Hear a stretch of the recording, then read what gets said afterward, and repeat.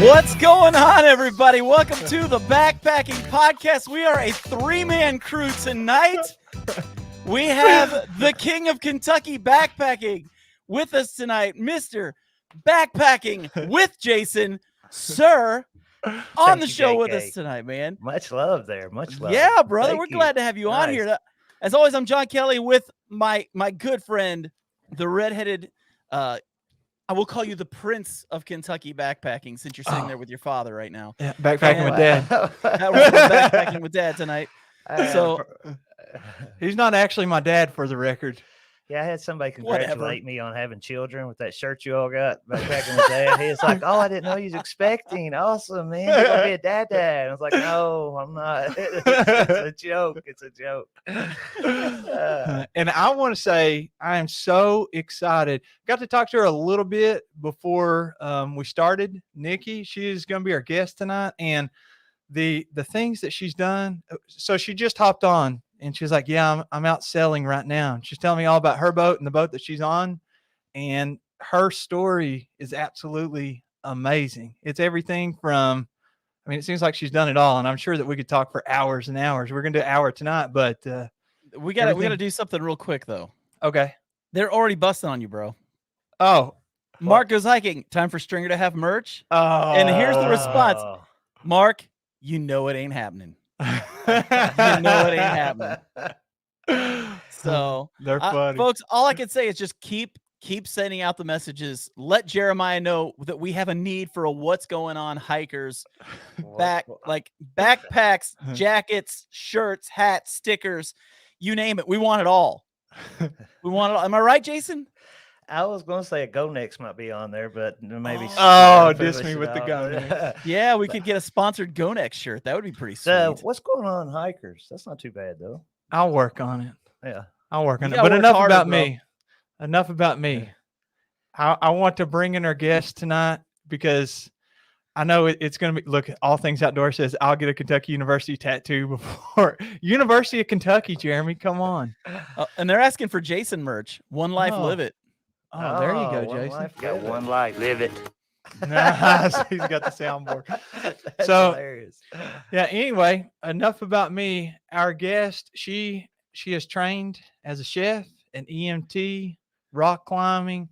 I mean, she hiked the Appalachian Trail, PCT. Yeah, PCT, and motorcycle everywhere. Yeah, motorcycle. I love the motorcycling. 9 lives. Wrote her book called Push On. And very inspirational. Shares a lot of different stories. John, why don't you go ahead and bring her in? All I'm going to say before we bring her in is this woman is one of the toughest ladies you're ever going to see in your entire life. She is highly impressive.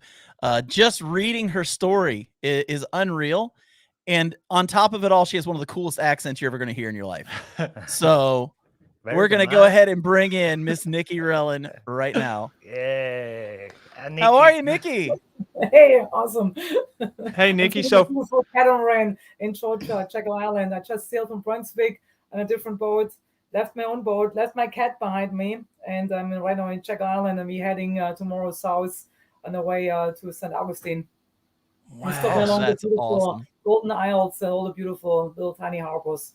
Sounds like you're living a rough life. I know. Salute on that. Salute. Cheers. Cheers. I got my hot chocolate. So, Niki, I don't remember where I discovered your story, but I definitely saw you on Instagram. You got back to me, and on there I saw your name is BIONIC GYPSY. So where is this BIONIC coming from? Well, when you hike in the Appalachian Trail, this hiking trail goes from Georgia up to Maine, 2,200 miles. People are giving each other trail names because you're doing something out of the ordinary, and then you're getting an ordinary name. And my body's definitely bionic. I have 3 pelvic screws in my pelvic. My femur is completely bionic. I have a couple of screws in my femur joint, and my femur and my knee joint. And then, of course, the prosthetic leg is definitely bionic as well. And my shoulder surgery, a couple of screws there as well, too. So definitely I'm bionic. Oh, amazing. How many times have you dislocated your shoulder? Oh my goodness, don't ask me again. That was horrible. That was bad. The first time I dislocated my shoulder during free fall skydiving out of an airplane, And then I heard this horrible click sound, and my shoulder was out of socket. And on the right side, when you're free falling, there's your parachute trigger, and you really want to pull your parachute trigger on your right side. And then I was in kind of a panic mode, and I just realized that I have on my left side of my body a reserve parachute trigger. So I was able to pull with my left side, because if you're moving, if your left arm over to your right hand, or right over to right pelvic, you can go upside down, and your parachute wraps you around like a burrito. Oh my goodness! You don't want to do that. You want to be definitely stable and always facing down, and not being upside down and wrapping your parachute around like a burrito. So thanks God I was able to pull with my left hand the reserve parachute, and I landed out of sight the drop zone in a horse pasture. And then I was thinking I survived, and I was sitting there, and all of a sudden horses came in full gallop towards to me, and I felt like they stumbled me to death. And they stopped right in front of me, and they started sniffing at me, and I thought probably I was a bundle of hay or something to eat, but yeah. Anyway. Wow. I was gonna ask you if you wrestle bears too. Like I don't know. Like you just seem like you do everything. Bear story. You have to read my book, Push On, my walk to recovery on Appalachian Trail. You can read about the bear story there as well. I wrestled almost with a bear, but you have to read the book to get all the details. I was kidding. I didn't realize that was a real thing. There's a bear, yeah. For sure, definitely a bear story. A horrible bear story. A really exciting bear story, I tell you that. Wow. And you're here to talk about it. That's the best part. Wow. The bear story now? No. Wow. That is so wild. So you did do the Appalachian Trail. You did the PCT before, right? And Right. then you had, if I remember correctly, it was a rappelling accident, and you had some difficulties with the harness that you bought, and then that ended up with you pretty much shattering your leg beyond repair, right? Yeah, that was a stupid mistake. It's what happens when you're becoming from a beginner to advanced, and you're not double checking your gear over and over again, like the way it's supposed to be checked.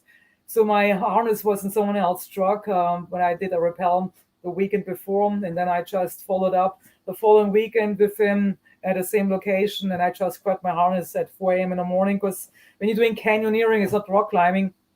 You're entering inside a canyon, and you're working your way down. And then the last rappel of that day was like a 250-foot rappel. And I just purchased from someone else like a European harness, and that's like a different kind of a setup and different extra features added onto it. So I was not configured right. The loop was not with the rope the right way. It was looped through to the synthetic loop instead of the metal loop, but it was not obvious from the outside to see that right away. So when I did the 250-foot rappel and I started my descent, it's on self-rappel, so you have always the opportunity to come to a complete stop on your own. But I was descending really, really rapidly, and I was spinning like in 360 degrees turns really fast and faster down the canyon. And then I was really determined to come to a stop and figure out what's causing this carousel going faster and faster and faster all around in circles. And as soon as I pushed so hard on that self-rappel, that's when I heard a click sound, like skydiving, and it's located my shoulder, and I had a dislocated shoulder, but this time I didn't have a parachute, and I was in free fall, and then I screamed very loud, Scheiße! You know what that means? But a good thing, as soon as I screamed Scheiße, I was unconscious, and then I, when people have car accidents and they are drinking too much, they actually have a higher chance to survive, because they are going to have... They don't stiffen up in anticipation, because when you're a little bit drunk, you loosen more up. And a good thing when you're being unconscious, when I impacted with the ground, I was way more relaxed, and my body didn't anticipate it in compact, because otherwise I would have broken way more bones than I already broke when I free fall 45 feet of the remaining distance of 250 feet. So I landed first on my left foot. With that impact, I shattered my pelvic, my spine, all my ribs, my sternum. I collapsed my left lung. And then also I broke my middle finger too. You see my middle finger? It's all cricket. Oh, wow. What a fall. That is... Seriously, I really broke my middle finger. I'm not making that up right now. So, no fake news. Well, right now there's already somebody who says they want your hat. So they want my all hat? the things that are going on, they want your hat. That's they want my hat. Right now, I bought it in Guatemala. That's why I learned Spanish. Hola, ¿cómo estás? Oh, that's awesome. Bien. ¿Y tú? Oh, está bien, tú hablas español. Ya, Sí. muy importante, mucho tan importante, yo alemán, mucha cerveza, por favor. Well, Honesto, yo solamente vino tinto. Salud, salud, cerveza, está bien, perfecto. So I had a like student teaching abroad experience where I lived in Ecuador for a little while, and my Spanish got to be where I could understand some but couldn't carry on a conversation. And it is on my list of things to do is to learn Spanish, because my wife and I want to do the Camino de Santiago, and I think it would be really nice to be completely fluent in Spanish, even though I don't think it'd be necessary to do the Camino. But being fluent in Spanish, I think it'd be awesome, and it would help add to like understanding the culture when I'm there. Yeah, but there's nothing more definitely. entertaining than listening to a guy with a Southern accent try and speak Spanish. There's nothing more entertaining, I think, in this whole world than hearing someone from Kentucky try to speak Spanish. Tell you is facing when you're going to Europe, everybody speaks in Europe English, so everybody wants to practice their English on you. So the opportunity you can practice your German or Spanish is really almost zero. I'm sorry. Yeah. You have to go to Latino Americana. You have to go to Honduras, Guatemala, Puerto Rico, Mexico. That's where you really speak the language, and you can practicing every day. Yeah, living in Ecuador, in Europe, everybody wants to practice on your English. I'm sorry, it's very difficult to practice. Yeah, yeah, that's okay. So I was gonna say, I've heard what you were saying about how you were pretty much passed out by the time that your body was making impact there. Right. I've heard of people like getting tossed in a tornado, and they get knocked out or they're asleep, and they actually survive even though they've been thrown tens of feet or hundreds of feet. And the reason why is because their body's so limp, like you're saying. Right. Yeah. So people, I'm sure, are going to read your book. And in that book, you talk about your road to recovery. How long was it from the time where you finally had made the decision that, hey, it's necessary to remove part of your leg, to actually setting foot on the Appalachian Trail? So it was funny. So 45 feet of a canyon wall. It took 8 hours before I finally ended up in the hospital. And when I landed upside down and the uneven terrain of the bottom of the canyon, I was facing downhill, facing down to the dirt. And then my friends trying to do spine percussion. Good thing I had a paramedic training. And I yelled at my friends, if you're not moving me uphill right away because I had a collapsed lung, then you guys can perform CPR compressions on me. So they moved me really quickly uphill. As soon as I moved my body, I heard crepitous. Crepitous means when bone and bone scraping against each other. It's a horrible sound like fingernails on a chalkboard. So that I knew I had a broken pelvic. As a paramedic, I know you can bleed internally empty in less than 45 minutes. So I told my friends to make a tourniquet, means like from 2 slings or like a belt, to make something around my pelvic to keep my pelvic back together, because I had an open book fracture and you want to bring the pelvic back together. So prevents internal bleeding. So I was still able to function in that severe pain, to tell all this stuff to my friends. And as soon as they placed me down in the uneven terrain of the canyon, facing my upper body up, because I could breathe again, then I thought they placed me in a sharp rock. So I thought the entire time, why did I place me in a sharp rock? Until I realized when I was back in the hospital, it was actually my broken spine. So what I'm trying to tell you with that story is the pain was so freaking severe that I hold hands with my friends for mental support, and holding hand in hand with each other. I think that kept me going. That kept me conscious, because if I had faded the second time in unconsciousness, I would probably not sitting here anymore. I'm a miracle patient right now. Think about it. People falling off a freaking ladder and dying, and I free fall 45 feet of a canyon wall. So, but guess what? 8 hours later, I made it finally to the hospital, and in between, before the little helicopter, because the main helicopter couldn't land, and I had dropped off the nurse and the paramedic, and then 6 hours later, they put me finally up with morphine. Then I had to fly in with the small helicopter to the big helicopter, and then that big helicopter, the air pilot said to the nurse, I'm going to fly Niki to the hospital because my air time is over. I have to call another helicopter, another pilot. And then the nurse yelled at him, if you fly Niki right away to the hospital, she will die.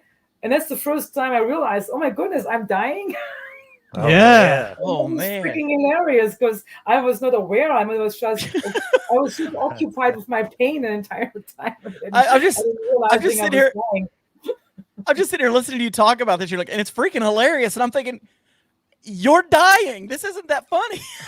But it's like, I guess when you look back on things, it's just like, well, I'm the irony trying to be a motivational speaker. I don't want to dwell too much on the negative. I'm trying to be positive, motivate. Especially my little thing, because my little thing was broken too, But anyway, so finally, the nurse convinced him to fly without his airplane time, and then I thought that she was more determined than I am, because we Germans pretty stubborn. I thought she was more stubborn than I am. So finally, I ended up in the hospital. I still conscious 8 hours later. And I'm a paramedic as well, so I have a little bit of medical background. So then the surgeon approached me with a piece of paper for consent, and I asked him what kind of a consent you need to have. I want to amputate your leg. And come on, guys, would you like to be happy to get rid of your leg? No, I didn't know any evidence. I didn't know what happened to my leg. And I did not x-ray. I didn't see anything as an evidence why you want to cut off my leg. And I refused. And I was a professional boxer and kickboxer back in Europe. So I almost punched him. Cutting off my leg. You're not cutting off my leg. So he did not cut off the leg. And actually, it was a good thing, because with my medical background, there was a specialized surgeon back in Denver, Colorado, who performed the RELLON procedure, meaning the two major bones, the tibia and fibula, got with a bone bridge fused together. And that's called the RELLON procedure. Usually a standard amputation is just cutting the flesh off with the bones, and the tibia and tibula is just straight like this, with no bone bridge in between. So that was actually maybe the reason, to answer your question finally, 14 months later, after my leg amputation, it's when I did my walk to recovery, 2,200 miles from Port Royal up to Maine. They're commenting on here. I don't think this would qualify as type 2 fun. This is a new category. We've got type 2 fun to the extreme.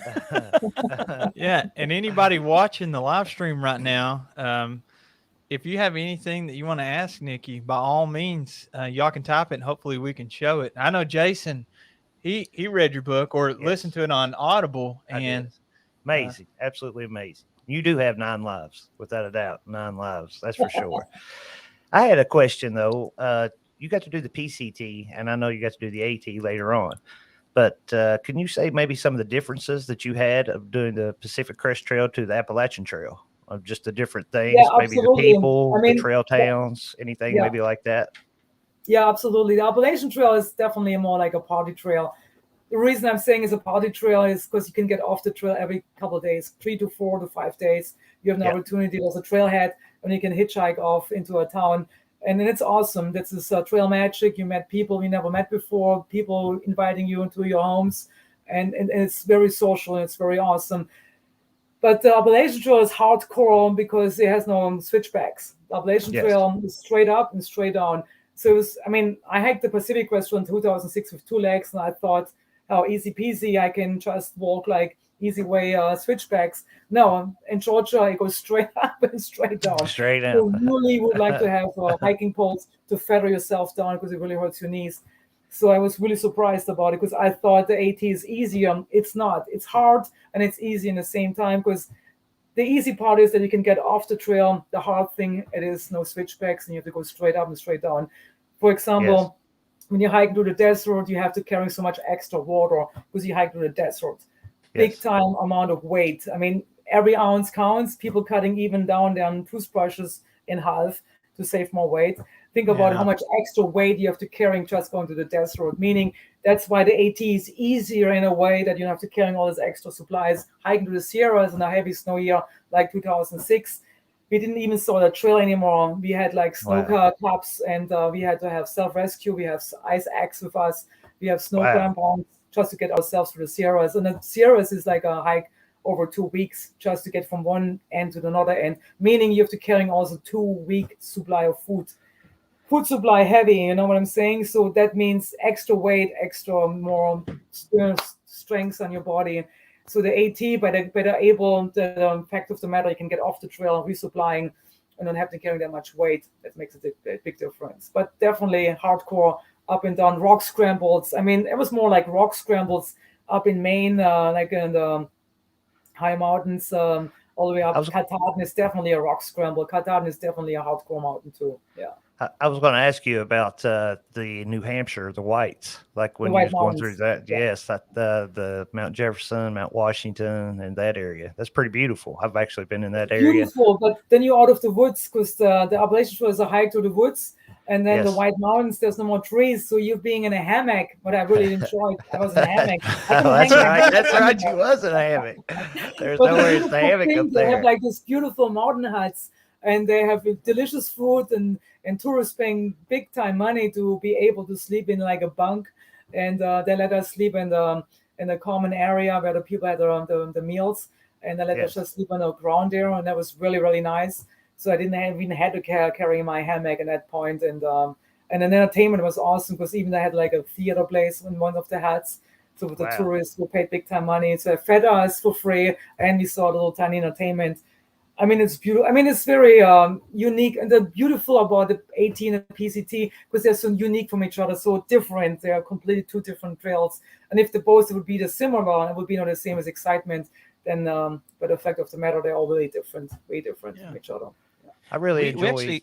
Go ahead, Jason. Go ahead, Jason. I was just going to say, I really enjoyed hearing how everybody was so nice on the AT and how many times you stayed at different people's houses. The people was just like, hey, come on, stay with me for a night or two. And I just thought that was really awesome on the AT. Well, that was the Pacific Crest Trail as well, too. And it doesn't matter you're missing a leg or not. It doesn't matter. I mean, I got a little bit more attention with the fact of the matter. I was pulling a record, so I got a little bit more kind of a support because also I did hike. Because the average person hikes between 4 and 6 months. For me, for my walk to recovery, the first day was 5 miles. And I was able to make 20-mile hikes again. But I had also a couple of times infections because I pushed myself too hard. And I had like too much frictioning on my skin with the prosthetic leg. And I was developing blood underneath my skin. The blood got then infective. Yes. And then all of a sudden an infection. Then infection was then the reason I had to take antibiotics. So I was like 3 or 4 times off the trail, and I had to recuperating from I had like a big baseball ball underneath my skin. That was infection. It took me like several days with the infection and the antibiotics to heal that up. And that's part of the book as well. There's a couple pictures of my infection where I had like 10 days off the trail, and also had a couple of times building a new leg. Meaning that's why it cost me 9.5 months. And that's why I'm in the hike in the winter months all the way to December, back south to where I left the trail in Glasgow, South Virginia, West Virginia. Anyway, so that's why I got picked up a couple million times from people who heard about my story only because of social media, Facebook. People all of a sudden realized who I was on the trail when I lived close by, and then it just gave me and a kind of a global opportunity to be accommodated by different trail angels to stay overnight and not freezing my butt off every night. Well, we got a question for this is a really good question from Paparazzi Takes a Hike. Does the scar tissue affect how your reaction to cold and wet on the trails? Are you more sensitive to the cold? Well, the scar tissue was an issue not because of cold or warm temperatures. The scar tissue is the most vulnerable part of your skin, and that's where the infection occurred because I had to stop every so often, put like lubrication onto it, like Vaseline, to lubricating that area. Because when you're hiking that many miles every day, it's just frictioning on your skin, and you really make sure you're lubricating it. And that was a kind of a pain in the butt along the way, stopping and taking care for your skin. Skin is the really difficult part by long distance hiking when you have an amputation. Yeah, that was definitely a pain in the butt. Losing weight, like you usually lose weight on the trail. Did that do any problems with the prosthetic? Yeah, exactly. So I had to get another leg built along the way because my volume changed from the limb because you're losing lots of weight. Also, the limb changes volume as well, and that's why they had to build me a new leg. And I got incredible help with the prosthetic companies I met along the way, and they really accommodated me along the way and didn't charge me. I didn't have to file bankruptcy. Enough. So I got lucky. If we were to remove the leg out of the equation, right, and let's say that you're hiking the Appalachian Trail, what are some of the other big challenges that you face that maybe in combination with the fact that you're doing it with one leg, but what are some of the other big challenges if you tried to remove as much of that from the equation as possible. Are the challenges like doing what? Doing the Appalachian Trail while you're on it. Oh, If the leg wasn't a problem. Besides the leg, okay. Mm-hmm. Yeah, it's definitely mental. I mean, people thinking it's a walk in a park. It's not. I mean, it's like it's not Disneyland. I mean, you're not getting up and everything is easy peasy. I mean, you have severe weather, you have freezing temperatures. Mount Katahdin kicked my butt big time. I got hypothermia, I had frost snip on my toes. Wow. So that was definitely not fun. The weather changed from the 75, 80s into a lower 50s, and then it starts raining, and then it starts snowing, and then all of a sudden temperature was below freezing, and then the wind kicked big time. And I was in a ridge, and it was like the same scenario, almost 45 feet again into the crevasses. Anyway, I mean, that was the first time I had to call in my life 911 about getting me help to get me out of that thing. So yeah, that's just definitely not a walk in a park. You should be prepared, and don't get your equipment at Walmart. It doesn't help you, for sure not. Yeah, because Jeremy from All Things Outdoors. I was just getting ready to throw that up there. I was just getting ready to throw that up on the screen. He just want to know what kind of hammock did you use? I got super lucky. Hennessy Hammock sponsored me. I was at Trail Days. Wow. There was in I think it was Virginia Trail Days. I hiked it in 2015, so I don't remember all these places. I'm sorry, but some place of the Trail Days, I think it was Virginia. Mr. Hennessy, who sells this incredible hammock, sponsored me with an amazing super lightweight hammock. And then the company were making like a quilt to keep you warm in the winter season. They sponsored me also with the quilt as well too, because I pulled that record in that year in 2015. So that was super, super nice. I got really incredible help along the way with sponsorship from different companies, and that was very nice. I want to say thank you so much for all my sponsors.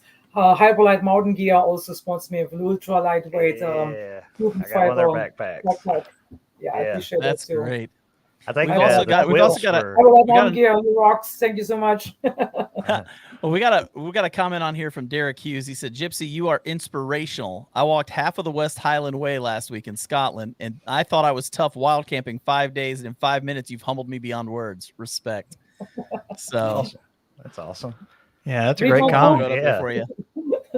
Jason, BionicGypsy.com is my website. Bionic Gypsy. Yeah. I like it. That's my name of my sailboat. I just purchased last year in Puerto Rico a sailboat. Awesome. So actually, I was planning to do everything what I'm doing right now anyway. I was planning anyway to hike the Appalachian Trail after I hike the Pacific Coast Trail. So right now I'm just doing it with one leg. So everything what I'm doing right now with one leg, what I was planning to do anyway, guess what, I'm pulling a record. So I was planning all my life to sail around the world. And now I guess what, I'm pulling a third record. First record, hiking the Appalachian Trail on a prosthetic. Second record, I became the first female with bicycle from San Francisco down to Key West and all the way up to Georgia on a prosthetic leg. And now my third record, after I purchased my boat last year in Puerto Rico by sailing around the world. I don't want to do it single-handed meaning I'm doing it by myself. I already have a companion. It's my Maine Coon cat. Meow. He's an amazing cat. It's the biggest domestic breed. He's getting bigger by the minute. I got him when he was 10 weeks old, and he eats like a half a horse of the day. I feel like I have to file bankruptcy sooner or later. Well, we got another comment on here saying that you make me look lazy, the real superwoman. Well, so thank you. there's some pretty impressed people out here tonight watching you talk about what's going on. Can I ask how many people watching us right now? Can you see? Yeah, you know, yeah. I can. How many watching us right now? How many? Yeah, right. I think right now we have on the YouTube channel 37 actively watching, and I don't think that I told you this, but we do the live stream and then we'll upload the audio, and a lot more people will hear it on the podcast audio version. But we like to do the live stream too, because that way the audience, you know, if it's fans of yours or ours or whoever, can pop in and ask questions and interact with the guest. Cool. Awesome. Can they understand my heavy accent too? You have an accent? If they can understand mine, they can understand yours. I didn't notice. You have an accent? I think I need more wine. I think Jason's got a question for you. Yes. In your book, you did a little kayaking. on that section and going down there. What you think of the kayaking? Have you done a lot more of kayaking in your life? I do the kayaking. I love kayaking. I love doing it in the summertime. I just want to get your perspective on what you thought about it. It was awesome.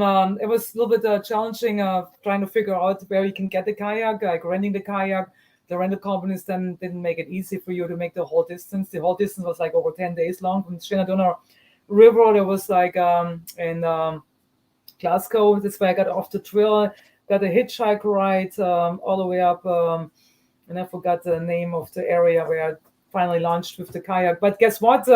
I don't want to advertising Walmart. I don't like the Walmart at all. But I got a Walmart kayak for $200. And I bought this Gorilla duct tape.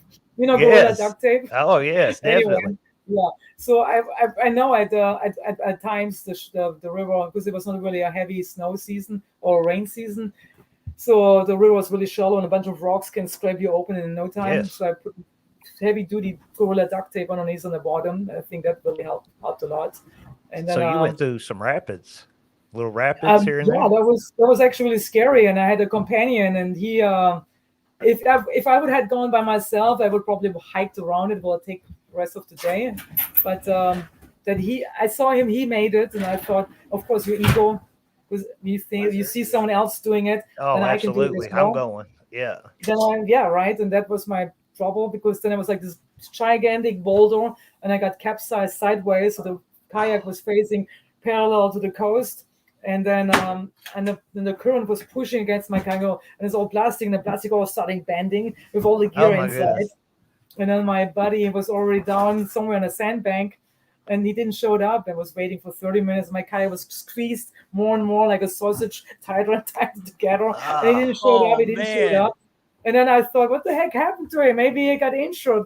So then finally I decided to scoop down in my butt, my rear end butt, all the way down the river just to find him. Oh, I was sitting on a sandbank and took a smoking break and drinking break. So we all together back up to the kayak. He helped me to get all the gear was made it really heavy to turn the kayak around. So we took all the gear out of the compartments, and then we were able to put the kayak around. Beforehand, I was able to go back in there and put the gear back in.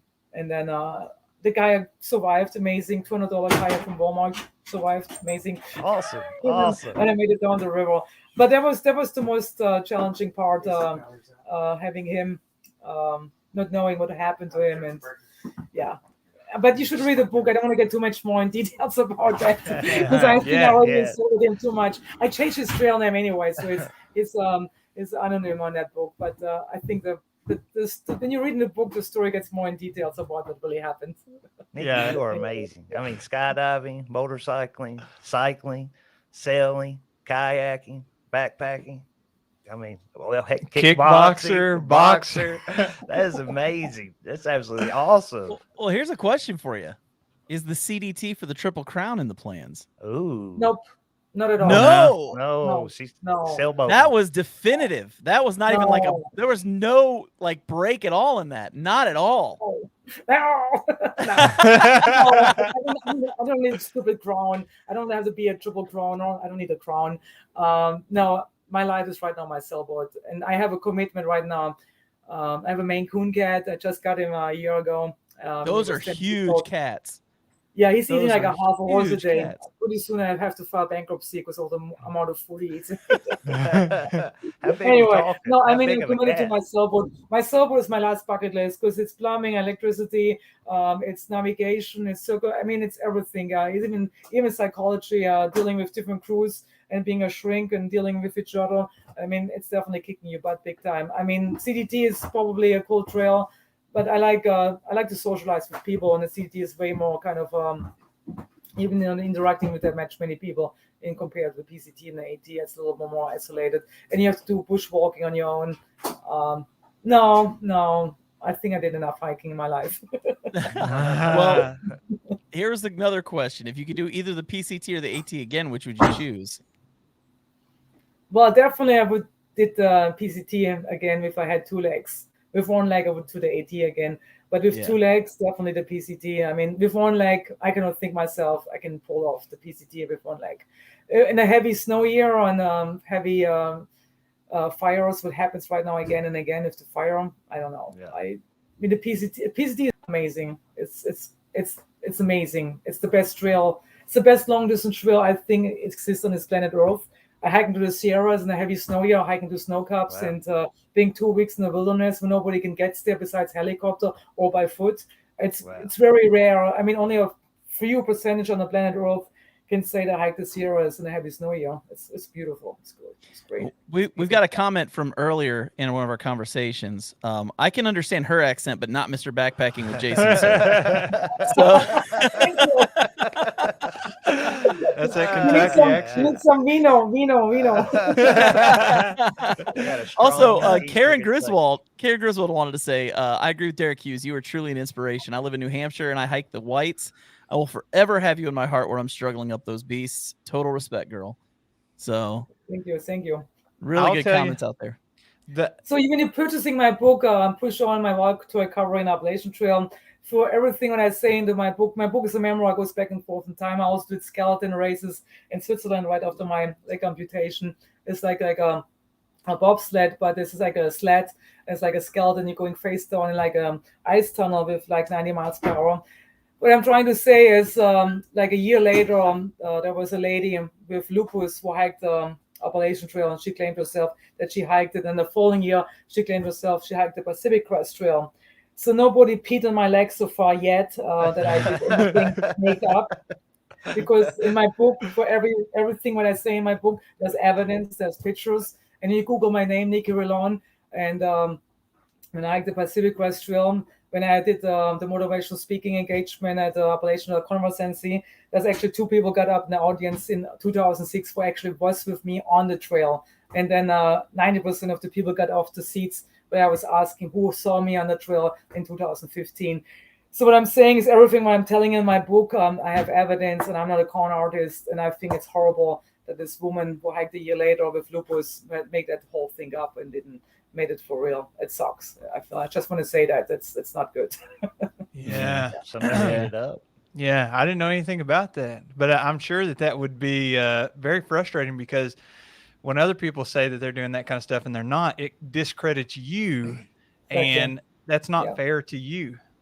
Well, she gave me the inspiration to put all these pictures in my book, because I felt like at that point I have to make proof that everything that I say in my book is for granted, it's real. And that's why the book comes with the photos, and the ebook comes with the photos, and then there's another hard copy without photos, and then the audio, of course, there's no photos either. But everything that I tell in my book has evidence behind it. And also, you can Google my name and the TV interviews and everything, and especially the motivational talk with the Appalachian Trail Conference, when 90% of the audience got off the seats because they saw me on the trail in 2015. That gives enough evidence right there. Yeah, I'd highly encourage everybody to read your book, because like you said, so we do this podcast and I read books, and it's the backpacking podcast, right? So it's mostly about backpacking, that kind of thing. So we have on authors and stuff, and your book is different because it's not just a trail journal of your account. And there's nothing wrong with doing it that way. I really enjoy talking to people all the time on here that talk about their AT experience, and if they write a book or whatever type of medium that they put out their content, could be a book or maybe Instagram or videos on YouTube or whatever.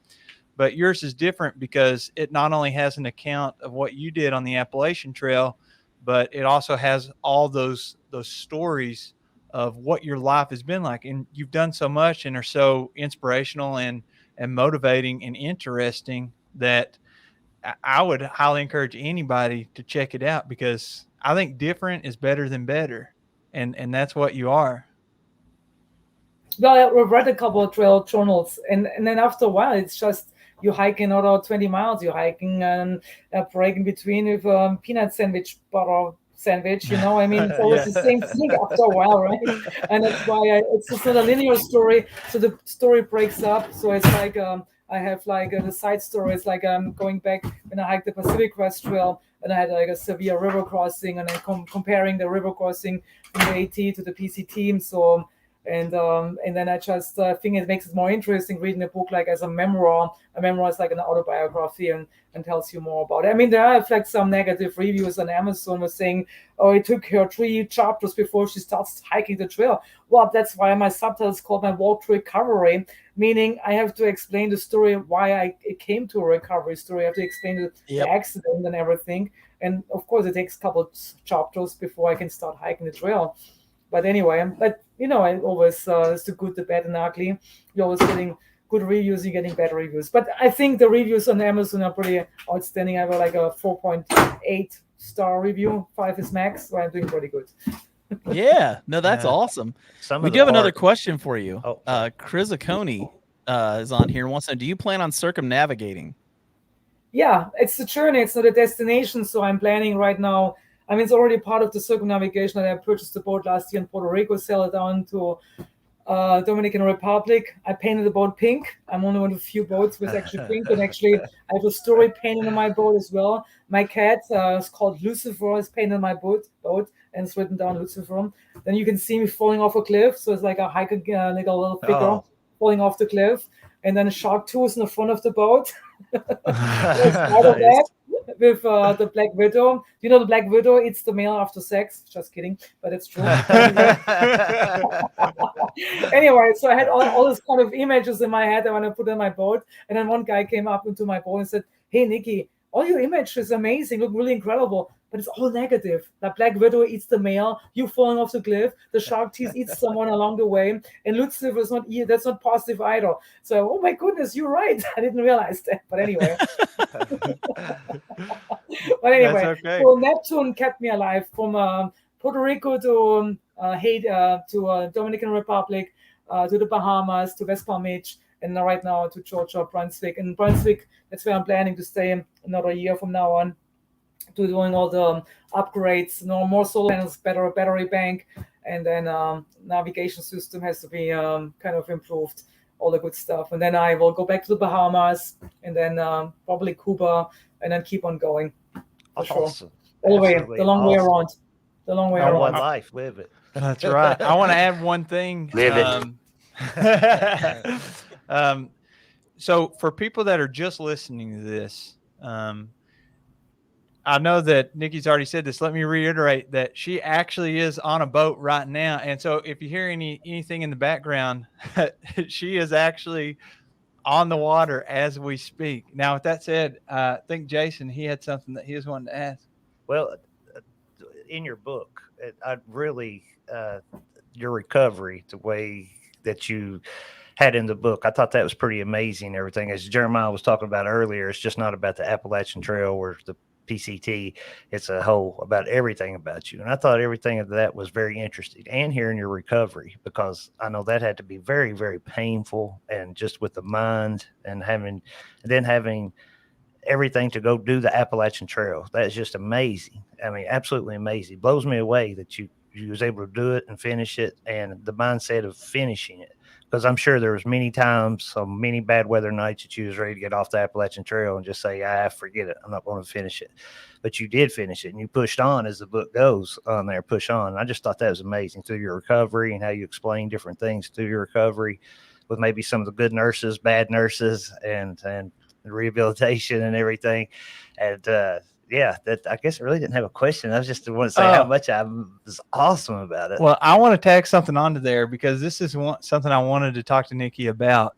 It is so frustrating to me, some of the things that we accept. So, like, for instance, myself, I graduated college, put on some weight. I was always kind of a bigger guy, and then I lost that weight. And there's a lot of people that would just prescribe you, they'll prescribe you medicine to take care of ailments that come with issues. And John, he has lost weight in the past, and he is actively on a journey doing that. And John, how much weight have you lost at this point?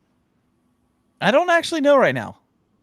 Well, I know it's more than 50 pounds. So we're talking way over 50. Yeah, it's way over 50. So it was like around 70. A lot of people want to take the easy way out, and they just want to put a Band-Aid on something, and they want to, like, I was having bad back issues, and instead of getting prescribed a painkiller, like, I listened to a doctor and a physical therapist that said, hey, you can beat this, but you actually have to do something about it, right? You actually have to lose that weight. And one thing that I found really frustrating is in your book, you talk about the doctors and nurses or physical therapists or anybody telling you, no, this is just like the life that you have to accept. Okay, you lost your leg, so now you're bound to a wheelchair, or you're going to be on crutches, or you can use a prosthetic, but it's going to take this many months before you can do something. How did you overcome those, what I would consider bad physicians, in order to actually pursue the life that you wanted? Because you just said, I'm still doing all the same stuff I wanted to do. Push on. Well, lucky me, I'm German. We come with German heritage, German genetics. And when people tell me what I cannot do, actually it motivates me to prove them all wrong. So it was really funny because my prosthesist who builds my prosthetic legs told the doctor who cut off my leg would perform the amputation. That actually I hiked a year later, 2,200 miles on the Appalachian Trail. He was completely in denial. He didn't believe it.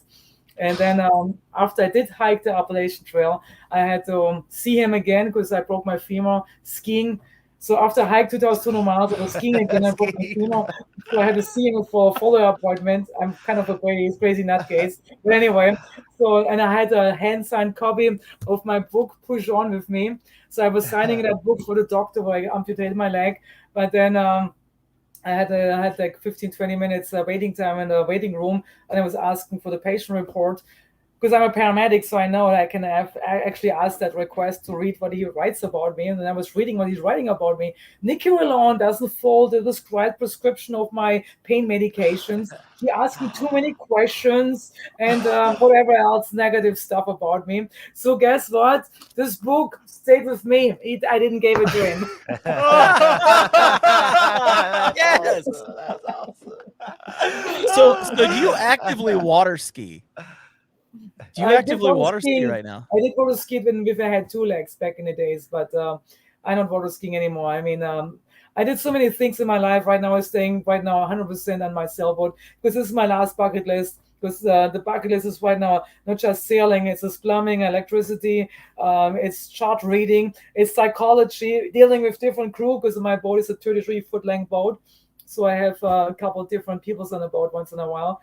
And I mean, it's kicking you butt big time. I mean, it's definitely a never-ending story. You think you can get some carpentry work done in less than 2 weeks. Takes me 4 months now because you cannot find people anymore. I want to do any work on someone else's boat anymore. It never ends. It's just once you're being done, you start all over again. Something breaks down again. It's just a never-ending story. So definitely, that's why I'm saying from the heart of a beat, continental divide is out of the equation because sailing is definitely kicking my butt big time. That's pretty amazing. Amazing. I've never heard anybody say this is my last bucket list thing. Like nobody gets that far. Most people, they got their bucket list, they hit like 3 of them. And then they're just like, oh, I got so much to go. And you're sitting there going, I got all of it. I just got one thing left. I'm good. I'm all good. My Just check them all bucket's so off. full. I'm good. My bucket is so full. And she's like, this is the last one. This last one. I'm good. I'm good. You have had an amazing life. You have had this an is the shot to amazing. leave my leg off my leg. Every time. Oh, wow. Yeah, actually here in Brunswick, it's actually a really cool place. You can, after it rains a lot of water, there's like a section of the sand beach where actually you don't even have to dig. You just walk after it rains a lot, and then you can find it. And I found it. Actually, a friend of mine found it with me. And that's a cool shark. No, my new stories right now because I make new stories up all the time. So this is the shark that's eating off my leg. But guess what? I have a big ass Maine Coon cat. So nobody asks any questions anymore about my prosthetic leg because I have Grateful Dead on my prosthetic leg, and everybody was asking me what questions about my Grateful Dead. Kind of. Oh, that's great. Everybody's ignoring me right now because I have a Maine Coon cat. Everybody asks questions about my cat, not anymore anything about my leg amputation or about Grateful Dead, or nothing about my shark tooth anymore. No, I don't. Did you pick the design on your leg? They let you pick that out? Yeah. Actually, it's really simple. I was able to choose. I mean, I put there's a T-shirt, and you can just laminate a T-shirt onto your prosthetic leg. That's all what it is. And I picked that T-shirt. Yeah. Okay. Now, how big is this cat? Actually, my skeleton on my prosthetic leg, she's a female. It's Eartha. It's Eartha. That's pretty cool. Yeah, that is really cool. I want to hear a little bit more about this cat that Dude, you referenced.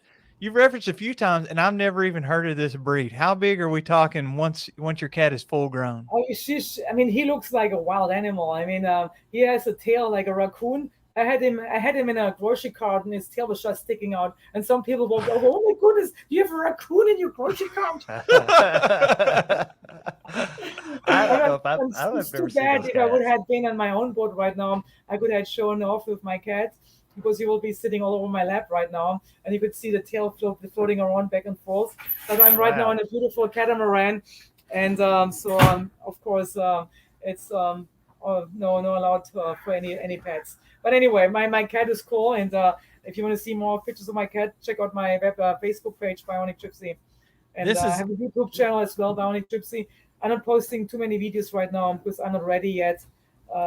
Because I have too many maintenance stuff on my boat to keep on going. But once I'm taking off, I will have making sure I'm posting every 2 weeks another video episode on the BIONIC GYPSY YouTube video channel. Holy moly! I just see that's the size. That's a Maine Coon. That's the size of his daddy. That's the size of his daddy. That's the size of a Maine Coon cat. Yes. Yes, that's a Maine Coon right there, dude. Oh my gosh! Yeah, that's huge. They are massive. Massive cat. Mine has the same color. Can you put it back up there? I have a friend who has two here in Lexington. They're massive cats. John, will you put it back up there? Yeah, I'll put it back up there. So for the people just listening, you got to Google this. It's pointy ears, striped cat. It is the size of the person holding it. I mean, it is huge. You got to check it out. I'd be intimidated. I'd be like, they are gentle. The tail is like a raccoon tail. They are some of the most gentle cats. They're gentle cats, man. They're super friendly.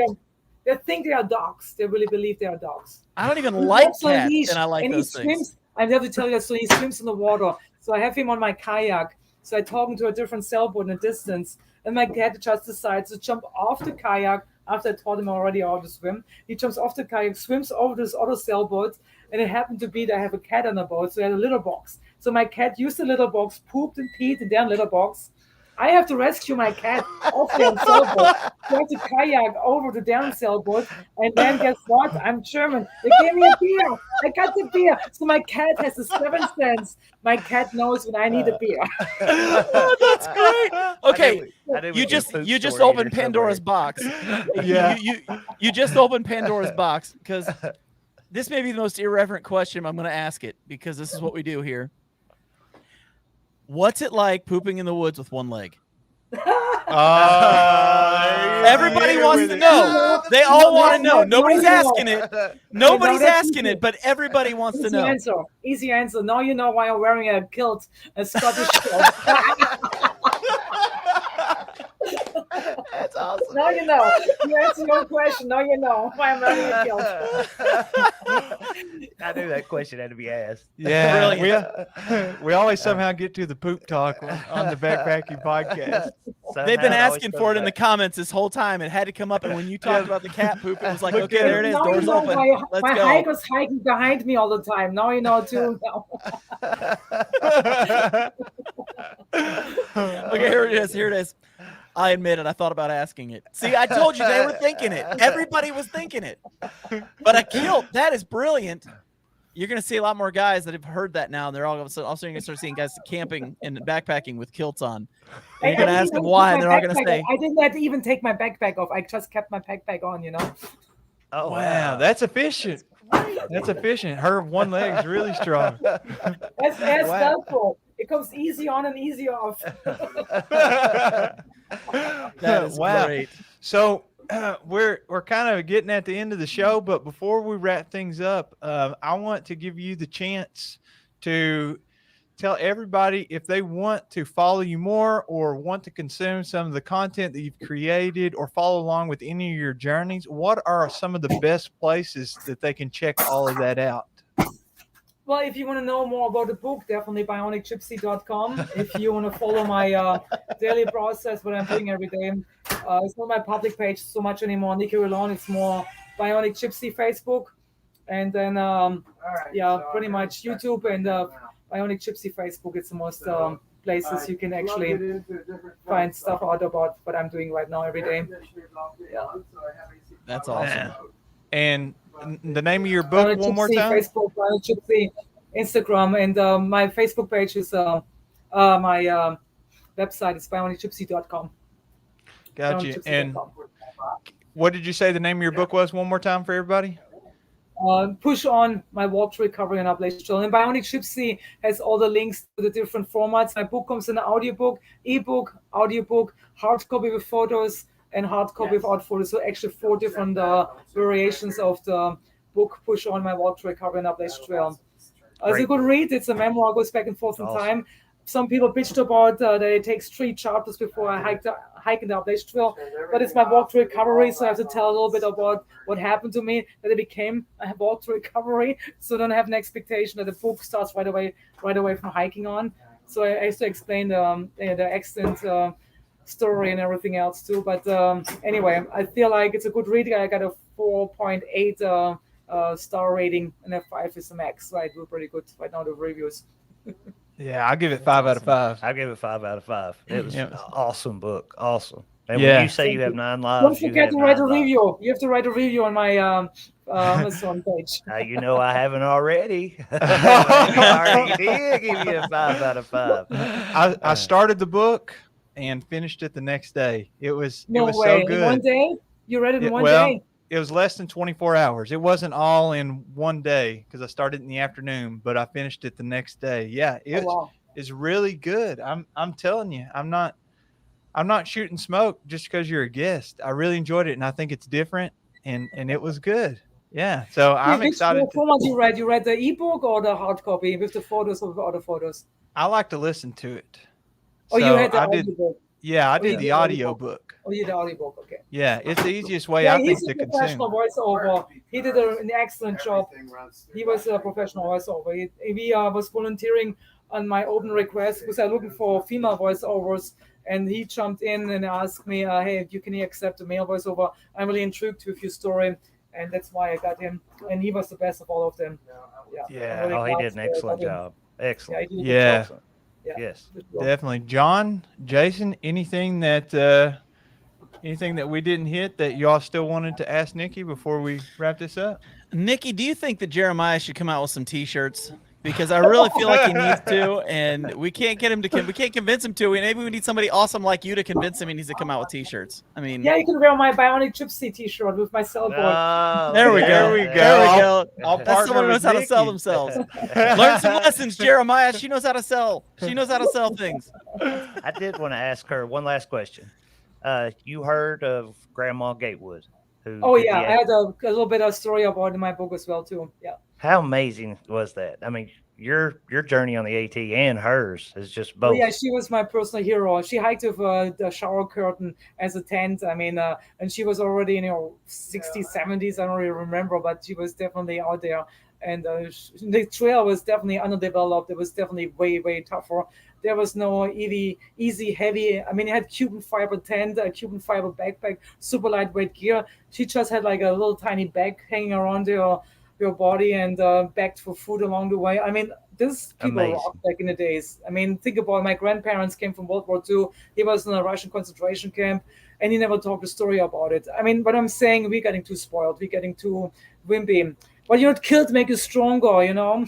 Hey, the kilt, you might see me backpacking with a kilt since I just heard her story about it, about how easy it is to leave your backpack on. So I'm like, I'm telling you, I want to be there. You can poop and peep anywhere with your backpack on.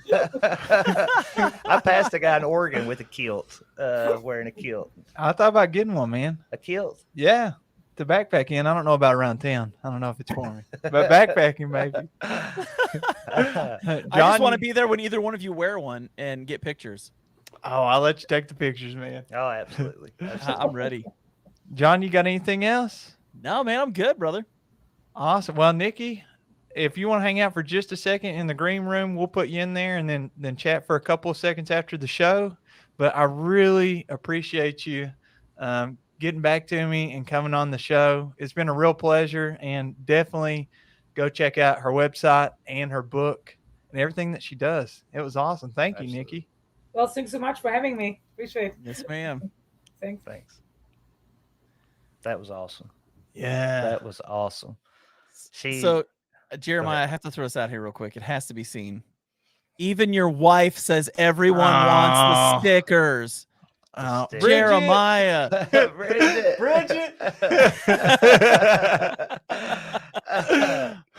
You don't have stickers either? I don't have any stickers yet. You got stickers, JK? Nobody wants my stickers. They want Jeremiah's stickers. Yeah. I ride the coattails in this relationship, man. Don't you know this by now? I hang out with you guys so that people will pay attention to me. That's it. Like, I think they want Niki stickers. I think everybody wants a Niki sticker. Yeah, absolutely. I want a Niki sticker. If you combine everything that we've done in our life, it doesn't hold the candle to what she has done. It's just so impressive, man. There's nothing she hasn't done. Absolutely nothing that she hasn't done. Yeah, it's awesome. I mean, skydiving, sailing, kayaking, motorcycle, bicycles, backpacking. Has she wrestled an alligator yet? I don't know about the alligator. That's how I heard. That's how she lost her leg. You all gotta get the book just to hear the bear story. I'm not going to tell it to you because you got to get the book to hear the bear story. Yeah, which was pretty amazing. And no, she's got a lot of other stories too in Germany and everything else. I think she worked on a boat in Alaska. It's just crazy. Jason, are you seeing this? It says that your lady Dot wants stickers too. .com in it? No, that's Bridget. Oh, I can't believe she's watching. John, you want to tell everybody before we leave who we're having on next with the mommy and me? If you can give me a couple seconds, I will absolutely do that because I don't want to mess things up, because that would be really bad. But next week, we're going to be having Kayla Percy on with her little girl, Supergirl. They're going to be on here. That's Mommy and Me Adventures. The two of them backpacked the entire Appalachian Trail this last year, and the little girl is 7. So well, that sounds like my worst nightmare. 7-year-old on the trail. I took a 3- and 4-year-old out to dinner tonight, and I thought I was going to kill myself. I can't imagine going 2,100 miles with a child. But hey, I'm excited for this conversation. I mean, they're fantastic. They're all over YouTube. They started up a YouTube channel, and you can go look them up. Mommy and Me Adventures. You can also find them on Instagram. They're fantastic. Really, I love these inspirational stories. I love these stories of people who they're going against the odds and going for it. It's just exciting to read about and hear about and see. Yeah. Niki she would not hear a no. She was like, the book of hers called Push On is definitely a good. That's like the definition. Yes. Cause I mean, she just kept pushing on, especially on the AT. So many times she could have just bailed. Cause she was doing it for her. She wasn't doing it for anybody else, which was pretty amazing. Yeah. After talking to inspirational people like Niki and like Kayla, who we're having on next week, right? Yep. Yeah. It's always so refreshing whenever we get done because you feel like you can tackle the world. Makes me want to go backpacking right now. Let's take your gear. Yeah, it's right here behind us.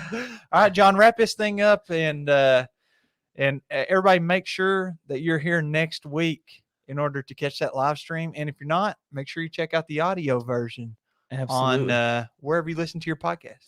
And big thank you to Mr. Backpacking with Jason, sir, for being our guest host tonight. Fist bump to you too, JK. I wasn't even supposed to be here. Like my wife decided she wanted to take a bath, and she's like, "Why don't you just go do the podcast?" I was like, "Okay." We're on vacation, actually. We're on vacation, but hey, it's all good. So you jumped in what? 5 minutes before we started? 2 minutes. It was before we started. 7:58, and I got on here just to see if you guys had gotten on yet. Jeremiah was like, JK's here. I was like, say hi, JK. I only got one thing to say about that. One thing to say about it. Got one life. Live it. That's all I got to say. With that said, thank you for tuning in to the Backpacking Podcast. We'll catch you on the next one. Adios. That was fun, man. Love